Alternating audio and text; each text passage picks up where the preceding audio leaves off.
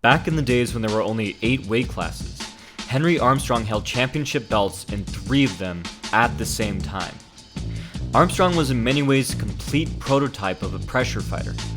He had so many tools in his arsenal that nearly any fighter could watch him and take something away.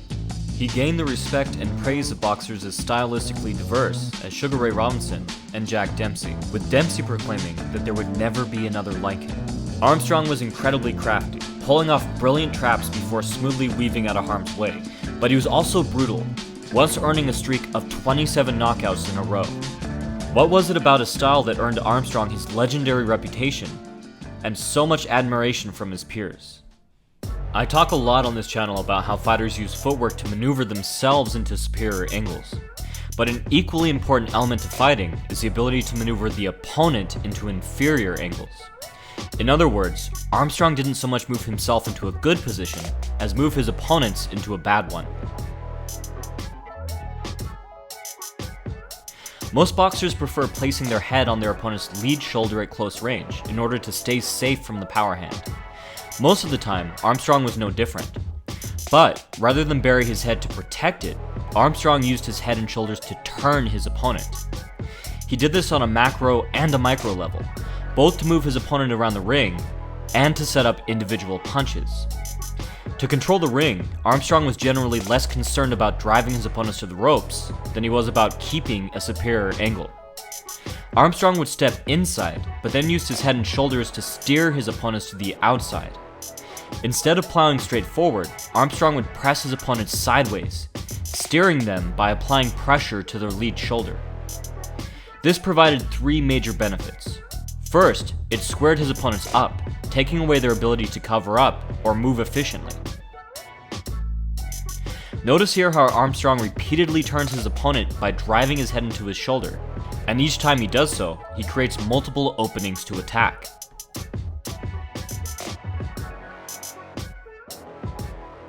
The second benefit was that it knocked his opponents off balance.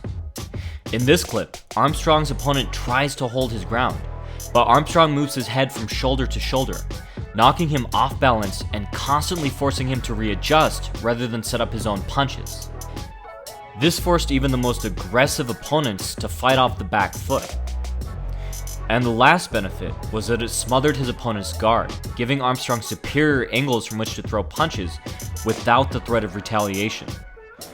In this exchange, Armstrong has a clear outside path for his rear hand and a tight inside angle for his lead hand. Notice how he uses his rear hand for kidney shots and chopping tight overhand rights. Meanwhile, his lead hand throws body shots and uppercuts. Forced to deal with Armstrong's relentless pressure, his opponents could either try to stand their ground or circle.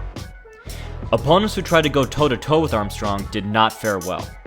Armstrong knew every trick in the book and likely wrote a great deal of the book himself. If a competitor tried to stand his ground, Armstrong would use his head to prop up their chin, keeping a lower center of balance himself and opening up their midsection to attack. Armstrong excelled at head control. In this clip, he uses his head to turn his opponent's chin to effectively break their posture and obscure their vision. If one of Armstrong's competitors tried to drop down and take a lower position themselves, Armstrong would lean on them, sidestep, and attack their ribs. If he felt his opponent try to clinch, pin, or trap, Armstrong would take advantage of the openings these techniques created immediately. Most fighters gave up trying to go blow for blow with Armstrong on the inside, and instead looked to circle and jab, keeping Armstrong at long range. This is one of the best ways to deal with pressure fighters, but Armstrong was well prepared. He would bend at the waist and weave erratically from side to side. His movement was incredibly refined, and it was near impossible to keep him at arm's length. Many did try to push away, but Armstrong was stepping in with a powerful blow the second there was a modicum of space between himself and his competitor. If his opponent faded inside, Armstrong would cut them off, pinning their lead arm with his body and coming around with a chopping, tight overhand right.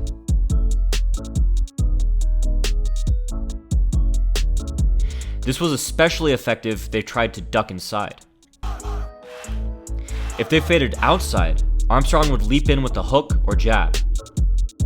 Of the few great fighters throughout time who've truly mastered the gazelle punch and could use it to close distance, Armstrong's version stood out as one of the very best.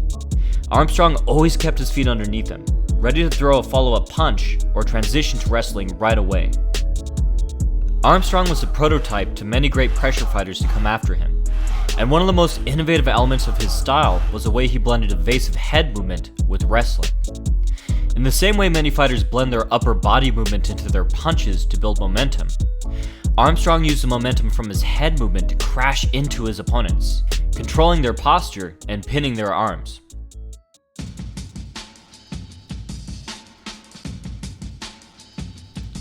Watch here how Armstrong repeatedly drives his opponent back into the ropes. He first throws a tight hook, knowing that his head is blocking the opponent's vision and they won't be able to see the punch coming. He next weaves off of his hook to stay safe. His opponent tries to crouch down low, but Armstrong uses his head to posture him back up and tries another tight hook. His competitor manages to push himself off the ropes, but Armstrong plows his head into his opponent's hip to knock him back yet again, and repositions his head on his shoulder to take a dominant position. Rather than clinch or grapple to disrupt and manipulate his opponent's guard, Armstrong kept his arms in tight and used the weight of his body to smother his opponent's punches. By leaving his guard closed, Armstrong negated the potential for opponents to clinch or grapple themselves. Armstrong preferred to pin his opponent's lead arm with his body and pin their rear arm with an elbow frame. He also used his lead elbow frame to prop up his opponent's head from time to time.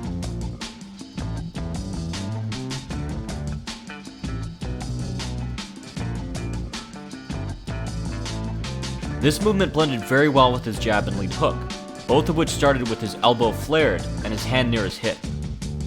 Armstrong's jabs were also fairly unique. Rather than sit on his jabs, Armstrong would begin in a crouch and rise up as he threw. This meant he could bring a lot of weight crashing down into his opponent off of his jab, whether he was pushing or punching. Here's a great example of how Armstrong used all of these techniques and principles together. This exchange occurred during Armstrong's fight with Barney Ross for the welterweight championship. First, Armstrong slips a jab, deflects another off of his elbow, and moves inside with a gazelle hook.